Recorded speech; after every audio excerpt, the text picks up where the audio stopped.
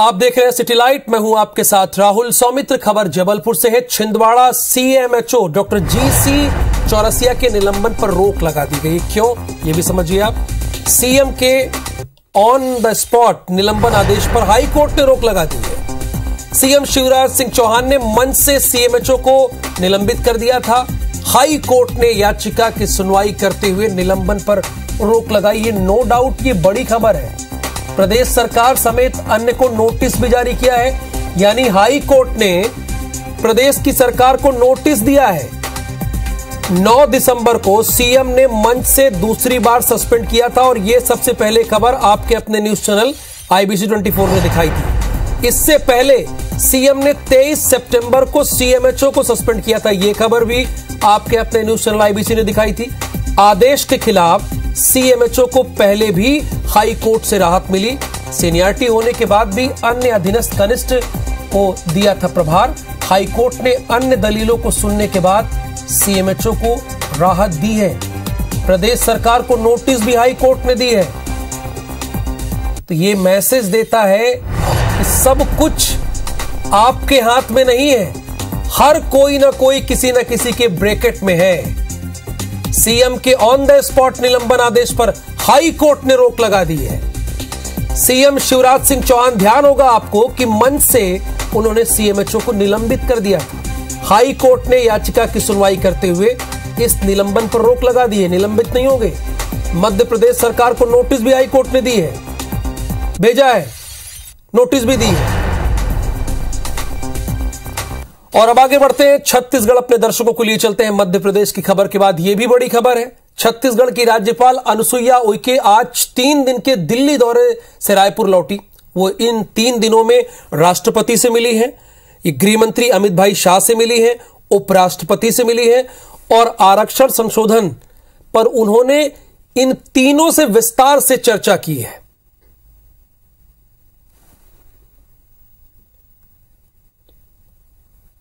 देखिए, ये सारे विषय में एक ध्यान गतिविधि का उनको बताना मेरा काम है।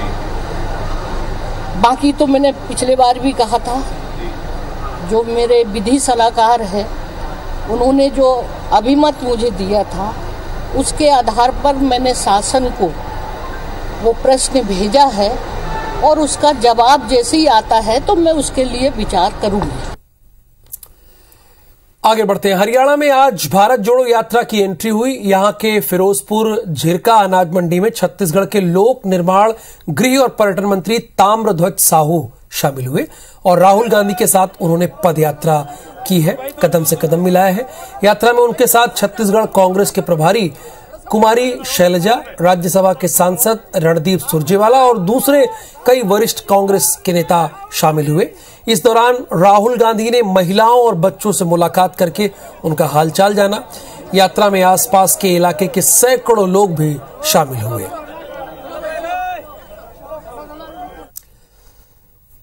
भारतीय जनता पार्टी के सांसद सुनील सोनी ने बुधवार को लोकसभा में अनुसूचित जाति संशोधन विधेयक का पुरजोर समर्थन किया और प्रधानमंत्री मोदी समेत केंद्रीय मंत्रियों का उन्होंने आभार जताया। सांसद सुनील सोनी ने यह कहा है कि अनुसूचित जाति संशोधन विधेयक के लिए प्रधानमंत्री मोदी, मंत्री अर्जुन मुंडा और केंद्रीय राज्य मंत्री रेणुका सिंह का उन्होंने आभार व्यक्त किया है।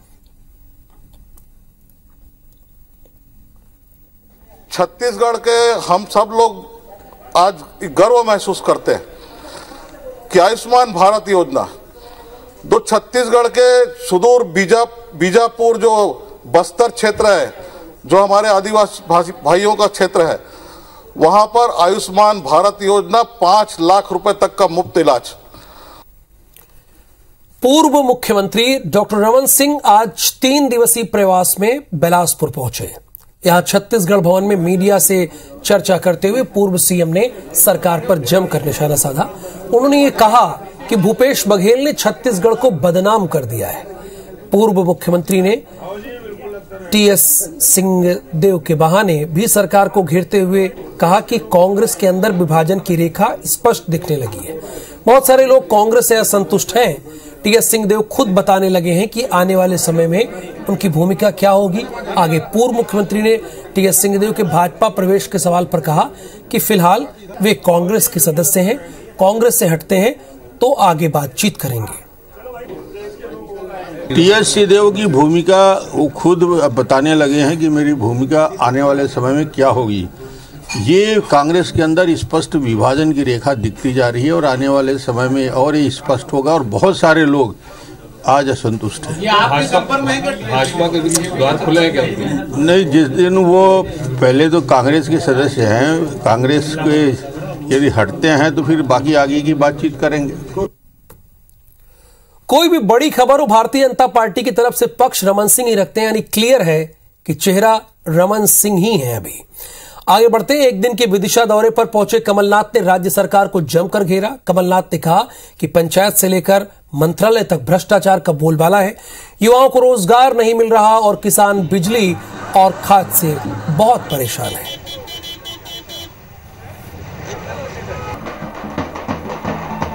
रोजगार नौजवानों को बेरोजगार करने के लिए, किसानों को परेशान करने के लिए कि किसानों को बीज और खाद के लिए भटकना पड़े। आपने हमारी सरकार गिराई भ्रष्टाचार की व्यवस्था बनाने के लिए। आपने हमारी सरकार बनाई घर घर में शराब पहुंचाने के लिए। ये आज तस्वीर प्रदेश की आप सबके सामने है। हालांकि अविश्वास प्रस्ताव पर चर्चा हो रही है, लेकिन कमलनाथ सदन में न होकर विदिशा में है। इसका जवाब उन्होंने कहा कि मैंने विदिशा को वचन दिया था, लेकिन अविश्वास प्रस्ताव भी आपकी पार्टी ने दिया था सदन में। बहरहाल ये राजनीति है। आगे बढ़ते हैं। गुजरात में मिली सफलता के बाद बीजेपी ने मध्य प्रदेश विधानसभा की तैयारी शुरू कर दी है, जिसके तहत इंदौर बीजेपी कार्यालय में पदाधिकारी, प्रदेश कार्य समिति सदस्य शामिल हुए। कटनी में पिछले दिनों शामिल हुए बीजेपी कार्य समिति की बैठक में वीडी शर्मा ने यह निर्देश दिया था कि नगर पदाधिकारी बैठक करें और बूथ स्तर को मजबूत करें। आगामी समय चाहे 2023 के चुनाव हो, 24 के लोकसभा चुनाव हो या आगामी हमारे कार्यक्रम हो, उसको लेके लगातार कैसे और पोलिंग बूथ पे संगठन को चालना दिया जा सकता है, ये विस्तारित बैठक सभी कार्यकर्ताओं की रखी गई है। आगे बढ़ते हैं। लोरमी में कांग्रेस के नेता धान को अवैध परिवहन करते हुए पकड़े गए हैं। दरअसल लोरमी एसडीएम इन दिनों लगातार अवैध धान पर कार्रवाई कर रही है। इसी कड़ी में कल रात लोरमी नायब तहसीलदार गश्त में निकले थे, जहां उन्हें सरिस्ताल में अवैध तरीके से परिवहन कर रहे धान से भरी गाड़ी मिली, जिसकी तलाशी लेने के बाद पता चला कि उसमें 400 बोरी धान रखा गया है। जब नायब तहसीलदार ने धान के बारे में जानकारी ली तो यह पता चला कि धान हर्ष ट्रेडर्स के मालिक परमेश्वर गुप्ता का है, जो धान का अवैध परिवहन कराने की तैयारी कर रहे थे। सारिस्ताल के पास नायब तहसीलदार को गाड़ी में अवैध परिवहन करते हुए 400 कट्टी धान पाया गया, उसको जब्त किया गया और थाना में सुपुर्दगी में दिया गया है। कुछ जानकारी मिली कि धान किसका था, गाड़ी किसकी थी? जानकारी प्राप्त हुई है कि हर्ष ट्रेडर्स का धान था और गाड़ी मालिक का भी प्रतिवेदन में प्राप्त हुआ है।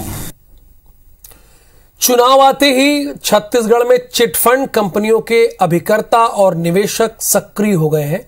आज उन्होंने चिटफंड कंपनियों को की कुर्क की पैसे संपत्तियों के पैसों का आवंटन करने की मांग को लेकर भारतीय प्रतिभूति और विनिमय बोर्ड, जिसको आप संक्षेप में सेबी भी कहते हैं, कार्यालय का घेराव किया और छत्तीसगढ़ अभिकर्ता और उपभोक्ता संघ ने चेतावनी दी है कि अगर 1 महीने के अंदर सेबी उनके पैसों का भुगतान नहीं करती है तो चिटफंड के प्रदेश भर के अभिकर्ता और उपभोक्ता सेबी कार्यालय के सामने भूख हड़ताल करेंगे।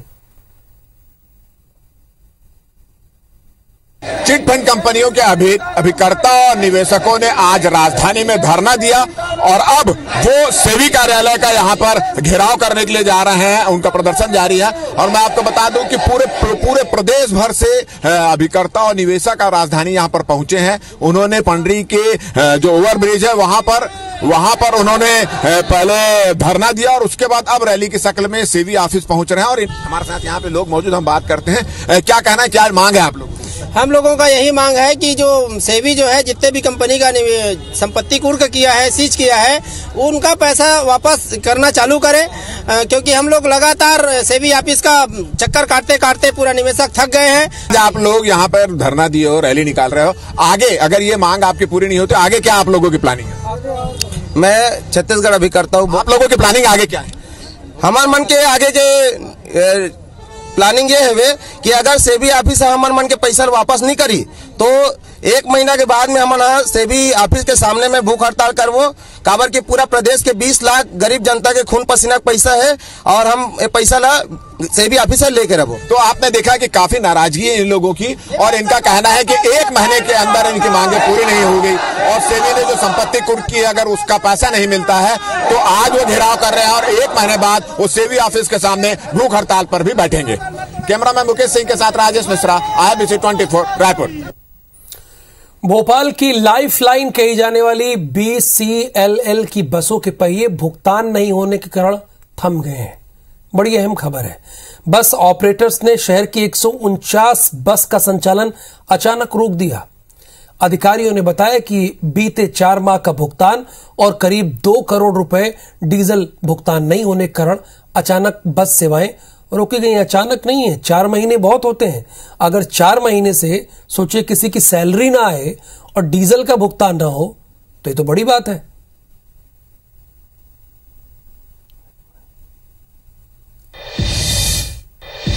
राजधानी भोपाल की लाइफलाइन कही जाने वाली रेड बसों के पहिए थम गए हैं और इतना ही नहीं बल्कि देखा जाए तो लगभग 70% बसों का संचालन राजधानी भोपाल में बंद हो गया है।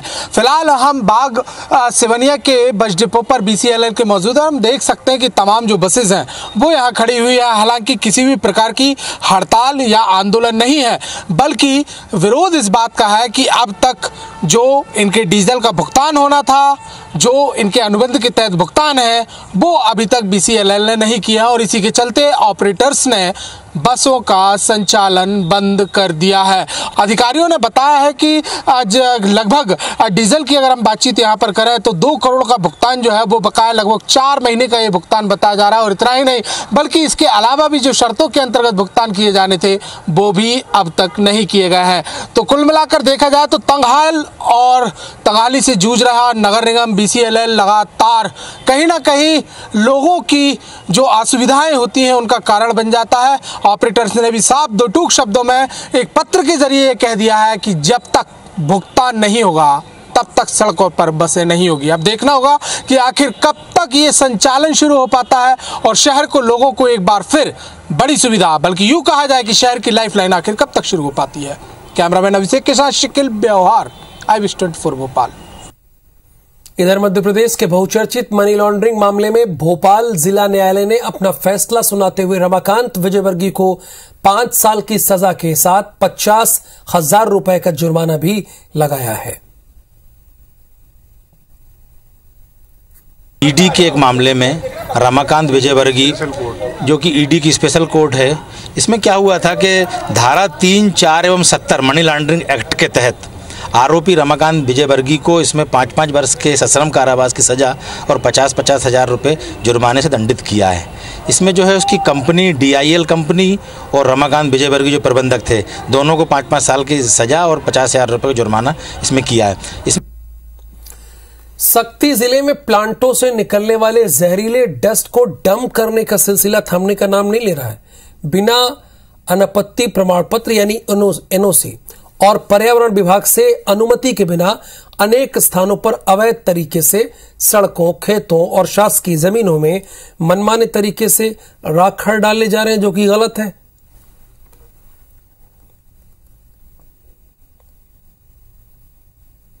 ग्राम पंचायत बासिन में बड़ी सिपत की तरह शिकायत आई है। मुझे फोटोग्राफ दिखाए गए हैं, उसके हिसाब से वहाँ पे काफी ऊंची ऊंची राखड़ के पहाड़ जैसे दिख रहे हैं। तो उसको मैंने जांच करके प्रतिवेदन मंगाया हुआ है और मैं भी फील्ड विजिट करूंगी और देखूंगी अगर ऐसा कुछ है तो बिल्कुल जो कर रहे हैं उनके खिलाफ कार्रवाई। CGPSC परीक्षा के अभ्यर्थियों की आयु सीमा में छूट को लेकर बिलासपुर हाईकोर्ट ने एक याचिका पर बड़ा फैसला सुनाया। कोर्ट ने सुनवाई के बाद याचिकाकर्ता की आयु में नियमानुसार छूट के निर्देश दिए। असल में छत्तीसगढ़ लोक सेवा आयोग ने 30 नवंबर 2022 को राज्य सेवा परीक्षा के विभिन्न 189 पदों पर भर्ती के लिए विज्ञापन जारी किया था। प्रारंभिक परीक्षा के लिए ऑनलाइन आवेदन की अंतिम तारीख जो थी वो 20 दिसंबर 2022 थी, जो कि बीत गई है। प्रारंभिक परीक्षा की तिथि 12 फरवरी 2023 तय हुई, जो कि आएगी, जिसमें याचिकाकर्ता विकास की उम्र 1 जनवरी 2022 की स्थिति में 40 वर्ष से अधिक थी, जिससे पीएससी ने याचिकाकर्ता का ऑनलाइन आवेदन स्वीकार नहीं किया। विकास ने वकील मतीन सिद्दीकी और घनश्याम कश्यप के जरिए हाई कोर्ट में याचिका दायर कर दी। याचिका में उसने 7 वर्ष शिक्षाकर्मी के पद पर कार्य का हवाला दिया और कोर्ट से उच्च आयु सीमा में 7 वर्ष की छूट की मांग की गई है। असल में पूरी कहानी ये है।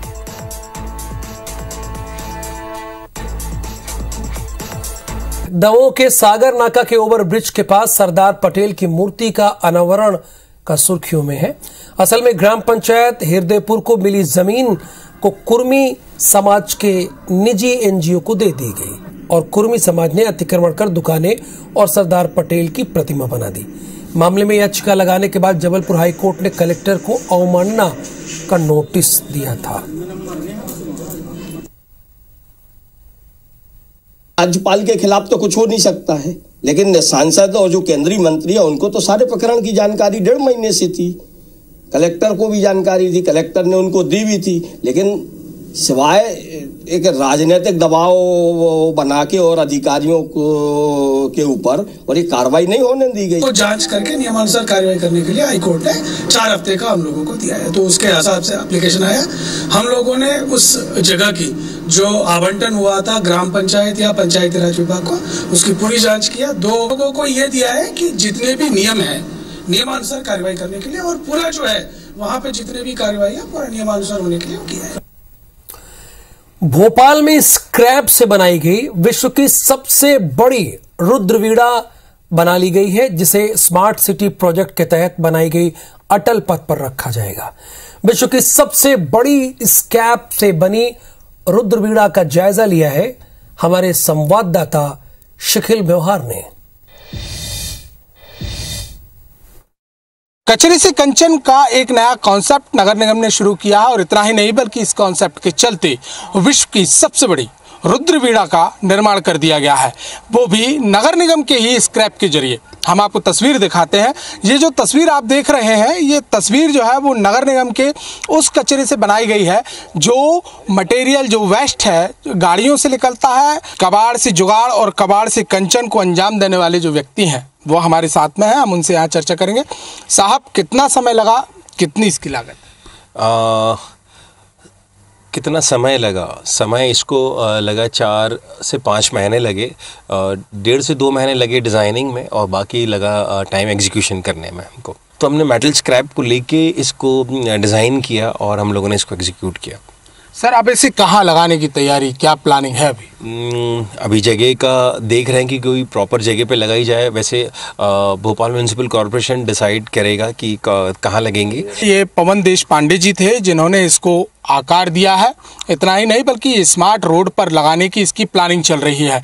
तो एक नया कॉन्सेप्ट समझ में आता है कि स्वच्छता सर्वेक्षण में अलग अलग नवाचार किए जा रहे हैं, लेकिन एक ऐसा नवाचार जो निश्चित तौर पर विश्व के पटल पर राजधानी भोपाल को एक नई पहचान देने वाली है, क्योंकि राजधानी भोपाल में कबाड़ से कंचन से तैयार की गई रुद्रवीणा अब भोपाल की शान में 4 चांद और लगाएगी। कैमरामैन अभिषेक के साथ शिखिल व्यवहार, IBC 24 भोपाल। मुंगेरी के मदनपुर ओशो पिरामिड ध्यान केंद्र में 5 दिवसीय ध्यान शिविर का आयोजन किया गया। इस ध्यान शिविर में देश भर से 35 ध्यान साधकों ने हिस्सा लिया, जिसमें सुबह से लेकर शाम तक सक्रिय ध्यान, विपासना, नटराज, कुंडलिनी, संध्या सत्संग के साथ साथ विभिन्न ध्यान मुद्राओं का अभ्यास किया गया। ओशो पिरामिड ज्ञान आश्रम में शांतिपूर्ण वातावरण में प्राकृतिक के बीच हर महीने 3 से 5 दिन का ध्यान शिविर आयोजित होता है। स्वामी गोपाल भारती, जो कि 100 से अधिक गीत रचना कर रिकॉर्ड करवा चुके हैं और पूरे भारत भर में ध्यान साधना करवाते रहते हैं, उनके संचालन में ध्यान शिविर आयोजित हुआ। स्वामी प्रेम अंतर्ज्ञान सात्विकी सिंह परिहार के संरक्षण में ये आश्रम संचालित होता है। स्वामी प्रेम सत्य, आकाश परिहार और विजय सेन शर्मा इसमें अपना सहयोग प्रदान किया। तो ओशो ने कहा है ध्यान ही एकमात्र मार्ग है जिससे आदमी के अंदर में मूलभूत परिवर्तन आता है। तो हम लोग उसी के लिए 5 दिन का शिविर लगा है और बहुत सारे मित्रों को आमंत्रित करते हैं। सिटी लाइट के इस बुलेटिन में फिलहाल के लिए इतना ही। आप बने रहिए IBC 24 के साथ।